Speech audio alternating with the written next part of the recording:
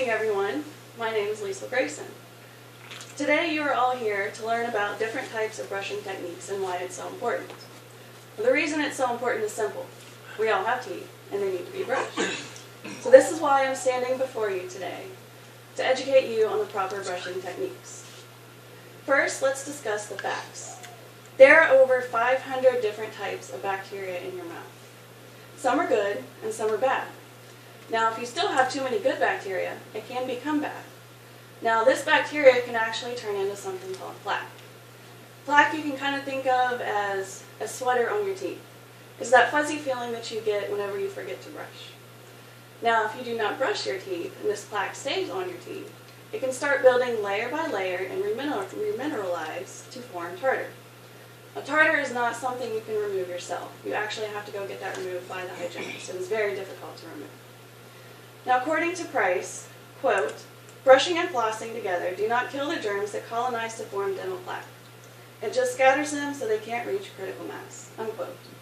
This is where brushing 2 times a day is beneficial to disrupt the bacteria.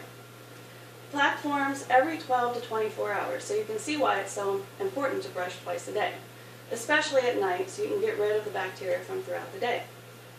Now, flossing is also just as important as brushing. Flossing will disrupt the bacteria from in between your teeth. You can kind of think of this as an anthill. If you were to go outside, kick an anthill, everything would scatter, and the ants will not do anything until they rebuild their colony. Well, the same thing happens with the bacteria. When you floss, you disrupt the bacteria, and they are not going to harm your teeth until they rebuild their colony as well. Also, don't forget about brushing your tongue. Kelly Baza George says, quote, "If you're worried about bad breath, spend a few seconds brushing your tongue.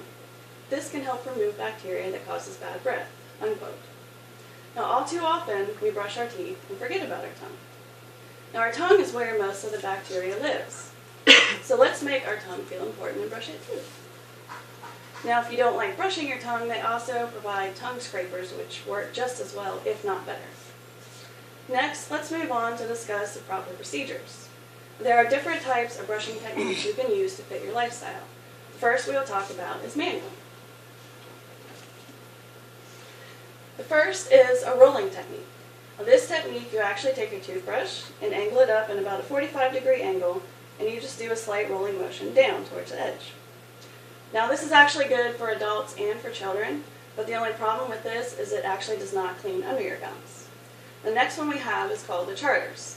This one you will also take your toothbrush, but you're going to point it down to a 45-degree angle, and you're going to do a little shake as you brush down. Now, this one also does not clean under the gums, but it is very beneficial if you have swollen gums. Now, the very next one is called the modified bass. This is actually the best manual brushing technique. You're going to take the toothbrush and angle it up at a 45-degree angle. This one you're also going to do a little shake as you brush down.